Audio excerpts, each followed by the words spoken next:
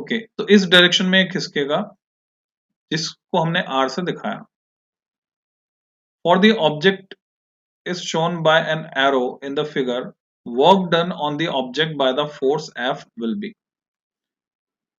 तो अभी पिछले क्वेश्चन को करने के लिए हमको क्या चाहिए था? फॉर्मूला। सारे बच्चे बोलेंगे क्या चाहिए था? फॉर्मूला। न्यूमेरिकल सॉल्व करना है तो हमको क्या चाहिए? फॉर्मूला। तो इसको कहते हैं न्यूमेरिकल। अगर न्यूमेरिकल वैल्यूज होती हैं, जो ऊपर वाला था क्वेश्चन नंबर 2 क्या था? न्यूमेरिकल था। अब सोच के बताओ खुद से, अपना दिमाग लगाकर, कॉमन सेंस लगाकर, क्या क्वेश्चन नंबर 3 न्यूमेरिकल कहलाएगा?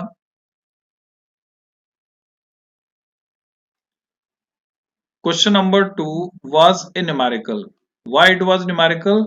Because numerical values are given to us. These are numerical values. That's why it is numerical.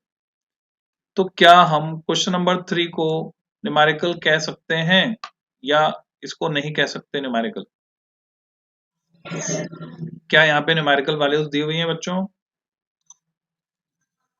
कहाँ है न्यूमेरिकल वैल्यू? बताओ मेरे को। क्वेश्चन नंबर 3 में एक भी डेटा दिया हुआ है? एक भी डेटा नहीं है बच्चों इसमें। तो जब जिस क्वेश्चन में कोई डेटा नहीं होता, कोई न्यूमेरिकल वैल्यू नहीं होती, जैसे 1 2 3 4 ये सब जो वैल्यूज हैं ये नहीं होती, तो हम इसको कहते हैं कंसेप्चुअल क्वेश्चन। क्या बोलते हैं? कंसेप्ट बेस्ड, या इसको बोलते हैं कंसेप्चुअल। फॉर्मूला न्यूमेरिकल के लिए भी चाहिए हो सकता है, कंसेप्चुअल के लिए भी चाहिए हो सकता है। एक्चुअल में क्वेश्चन नंबर 3 से कंसेप्चुअल क्वेश्चन। तो बोल रहे फोर्स एफ लग रहा है, ठीक है, और आपसे पूछ रहे वर्क डन क्या होगा? Positive, negative, zero, either positive और नेगेटिव। तो तुम्हारे सामने स्क्रीन पर दिख रहा है बेटा, पढ़ो अपने आप। हाँ, स्क्रीन पर देखो, तुम्हें क्वेश्चन नंबर 3 दिख रहा होगा। सो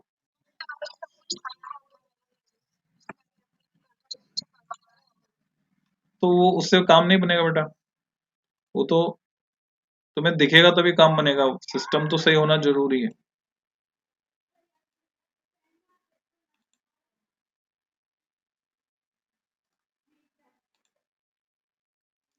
बाकी लोग को समझ में आ रहा है, दिख रहा है?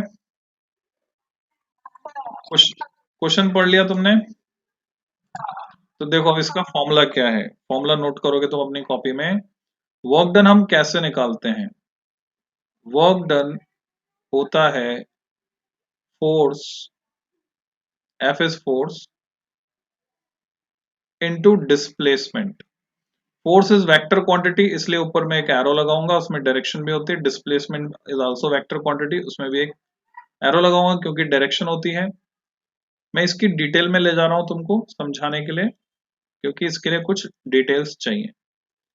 तो मैंने यहाँ लिख दिया एफ है फोर्स और एस है डिस्प्लेसमेंट।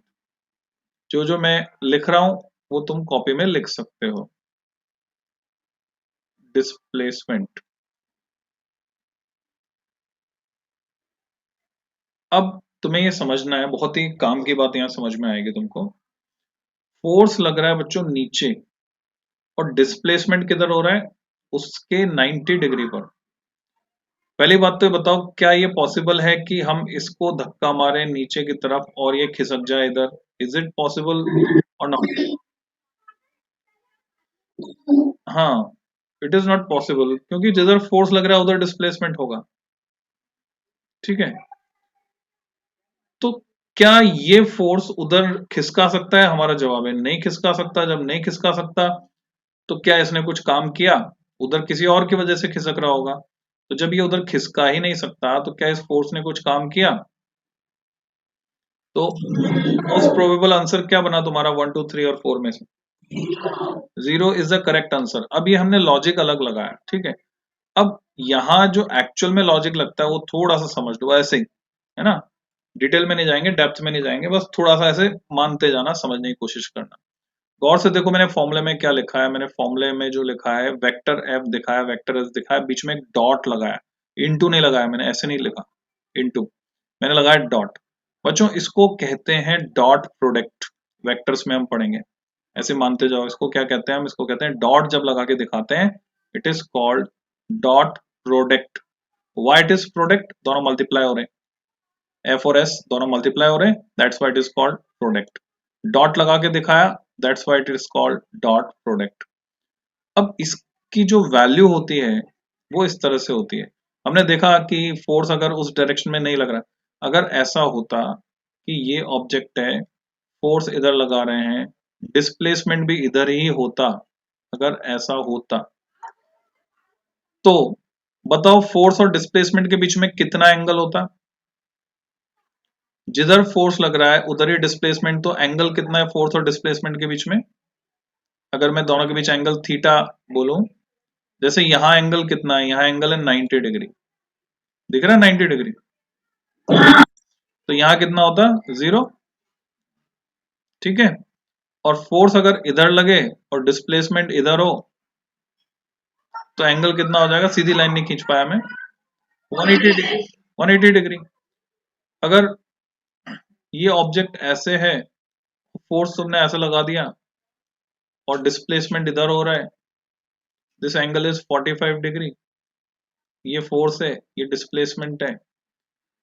तो तुमने देखा ये अलग अलग केसेस हैं, क्या हर केस में हम वर्क डन को फोर्स इनटू डिस्प्लेसमेंट लिखें तो लॉजिकल होगा, वाजिब होगा, सही होगा? Very good. तो क्योंकि एंगल चेंज होने पर उस फोर्स का इफेक्ट उधर उतना नहीं जा रहा है, जैसे सबसे ज्यादा यहां जा रहा है, ये पूरा का पूरा फोर्स इसको खिसकाने में काम कर रहा है, एंगल जहां 0 डिग्री है, ये उसके अपोजिट काम कर रहा है। फोर्स हम एक तरफ लगा रहे हैं, डिस्प्लेसमेंट उसके अपोजिट हो रहा है। यहां पर इस फोर्स का कुछ असर ऊपर की तरफ जा रहा है, कुछ असर इधर जा रहा है। तो बच्चों ये हम सीखेंगे आगे वेक्टर्स पे, वेक्टर कंपोनेंट्स रिजॉल्व करना हम सीखेंगे, वेक्टर्स को फुल डिटेल में हम सीखेंगे, वहां पर सीखेंगे। अभी तुम सिर्फ इतना याद रखो कि एफ डॉट एस का मतलब होता है एफ एस कॉस थीटा। अब मैं चले गया किसमें? ट्रिग्नोमेट्री में। मानते जाना, एक्सेप्टेंस देते जाओ, हाँ ऐसा कुछ होता है। तो इसका मतलब है एफ एस कॉस थीटा, इसको बोलते हैं डॉट प्रोडक्ट। जब भी डॉट प्रोडक्ट ऐसे डॉट लगाएंगे किसी दो क्वांटिटी के बीच में तो उसको ओपन करेंगे तो ये आएगा। जैसे फॉर एग्जांपल मैंने लिखा vector A dot vector B, तो सोच के बताओ क्या लिखूंगा इसको मैं? जैसे मैंने, हाँ ए बी कॉस थीटा, मैं इसको लिखूंगा ए बी कॉस थीटा, जैसे मैंने यहाँ लिखा है एफ एस कॉस थीटा। अब थीटा तो तुम समझते हो एंगल, है ना? एंगल कुछ भी हो सकता है, 45 डिग्री हो सकता है, 30 हो सकता है, 60 हो सकता है, 90 हो सकता है, 180 हो सकता है, 120 हो सकता है, जैसे डी में एंगल होते हैं वैसे। अब साथ में कॉस आ गया, उसका क्या मतलब है? तो एक दिन मैं तुम्हें समझा रहा था कि अगर ये कोई ट्राइंगल है, रिपीट कर लेते हैं हम उस छोटी ट्रिग्नोमेट्रिक डिटेल को। अगर ये कोई ट्राइंगल है जो कि कैसा ट्राइंगल है, तीन साइड जिसमें होती है ट्राइंगल बोलते हैं, राइट एंगल ट्राइंगल है। राइट एंगल ट्राइंगल का मतलब ये एंगल 90 डिग्री है, ए पर जो एंगल बन रहा है वो 90 डिग्री है। माना कि बी पर एंगल बन रहा है थीटा, तो ऐसे सिचुएशन में मैं बीसी जो लॉन्गेस्ट आर्म है, सबसे बड़ी भुजा है इस त्रिभुज की, the longest side of this triangle, it is called hypotenuse. इसको मैं दिखाता हूँ एस से। जो नीचे वाली आ रही है A B, A B is the base, इसको दिखाता हूँ बी से। And A C is perpendicular, तो इसको मैं दिखाता हूँ बी से। And how much is cos theta? अगर किसी को याद रहा है तो तुम बता सकते हो, it is B upon H, base upon hypotenuse.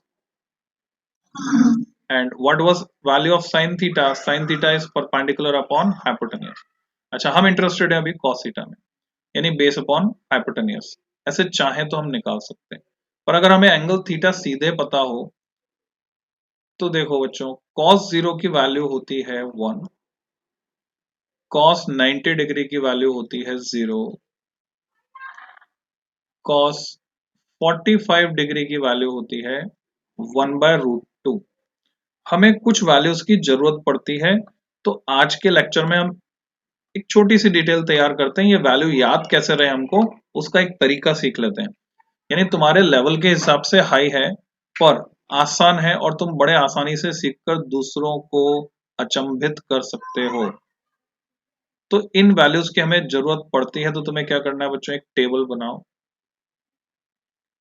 Just make a table, मेरे साथ साथ बना लो। और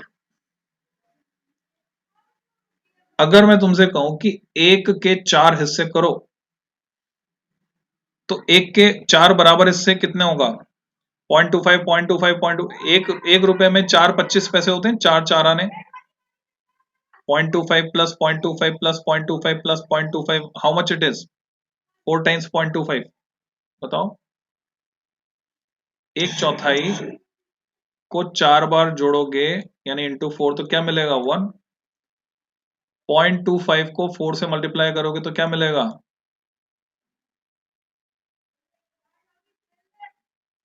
सही है? नहीं है? मिलेगा 1। भाई, तुम्हारी मम्मी ने तुम्हें बर्फी दी, बर्फी, चक्की। तुमने कहा इतनी नहीं खा सकती, आधी, तो उन्होंने आधी कर दी। तो तुमने कहा नहीं ये भी ज्यादा है, और आधी। तो आधी की आधी मतलब 1/4। तो कितने पीस हो गए एक चक्की के, एक बर्फी के? 4 पीस। ठीक है? तो तुमने यहां पर 4 हिस्से किए, किसके? एक के, पर 0 को भी शामिल किया।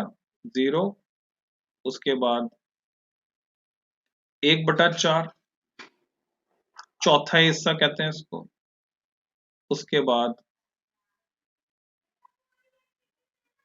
आधा, हाफ, मतलब 2 1/4 जोड़ दो तो क्या बनेगा? आधा। और 3 1/4 जोड़ दोगे तो क्या बन जाएगा? 3/4, 3/4। और 1/4 और जोड़ दिया तो बन गया 1। ऐसे लिख सकते हैं हम? मुश्किल है कि आसान है? बोलो जल्दी। आसान है, ऐसे लिख सकते हैं ना? और स्क्वायर रूट क्या होता है? जैसे मैंने तुम्हें सिखाया था, अगर तुम 4 का स्क्वायर रूट लेते हो तो उसको ऐसे दिखाते हैं, √4। इसको हम ऐसे लिख सकते हैं, 2 2 जा 4। तो इसको हम ऐसे लिख सकते हैं, 2⁻²। और ये जो स्क्वायर रूट है उसका मतलब होता है बच्चों पावर हाफ। तो ये 2⁻² को हम मल्टीप्लाई करेंगे, ऊपर से छत हटा दिया हमने स्क्वायर रूट, तो इंटू हाफ। तो ये आता है 2, यानी स्क्वायर रूट ऑफ 4 इज 2। तो इसको क्या पढ़ेंगे? √2, इसकी जरूरत पड़ेगी हमको। इसको क्या पढ़ेंगे? √3, this is square root of 3। Calculator से भी निकाल सकते हैं स्क्वायर रूट हम।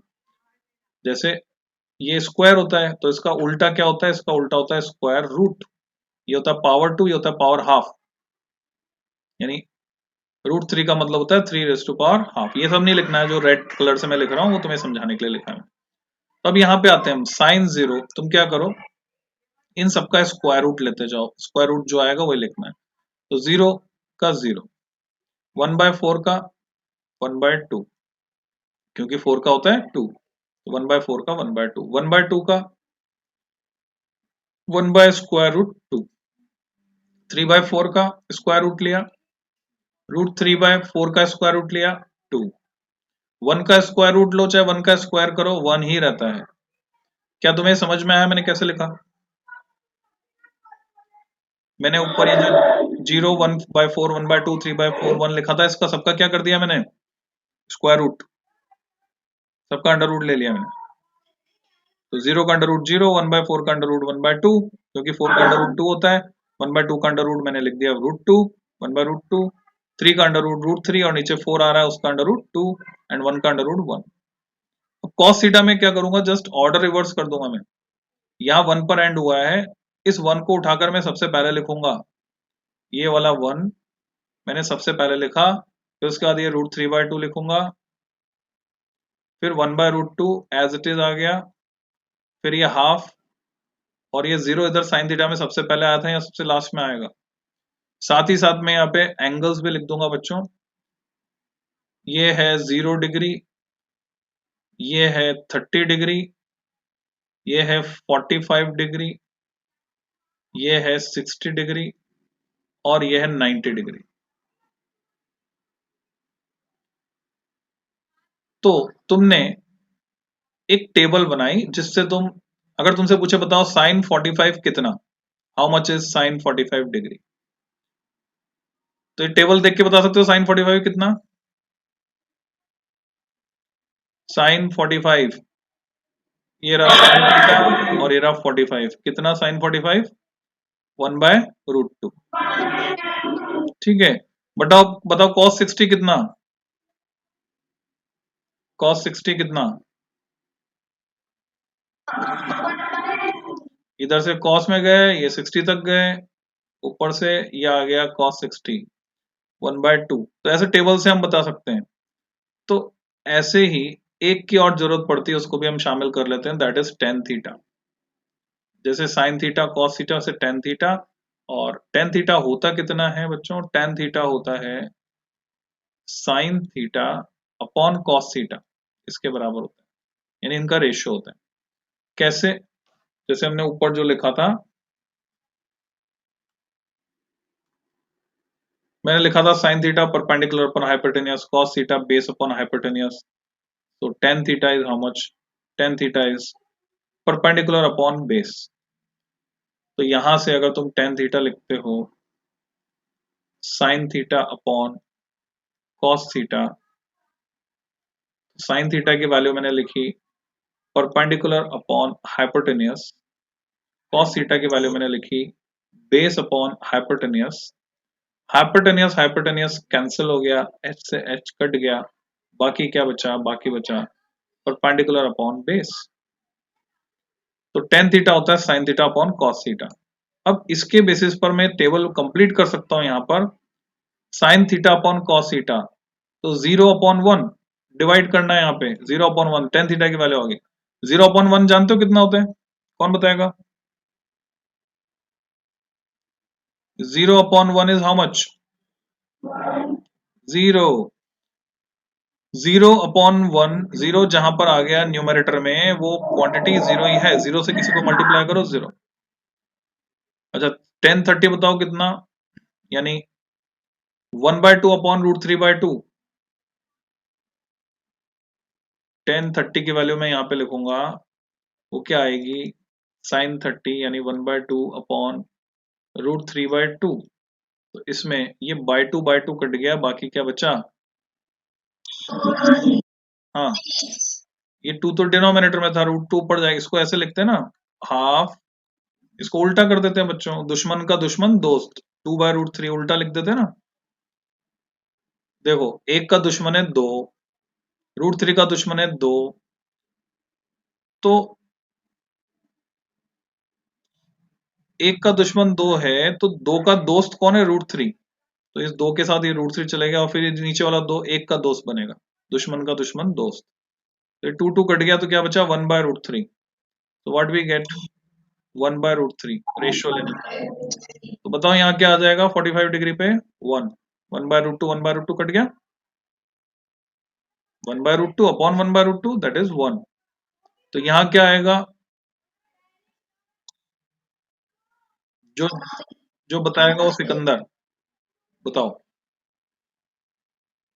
भाई, 2 कट गया, तो क्या है, √3।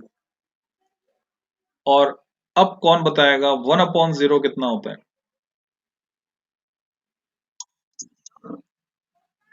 0/1 0 होता है, बट 1/0 0 नहीं होता बच्चों, it is not defined, it is called infinity.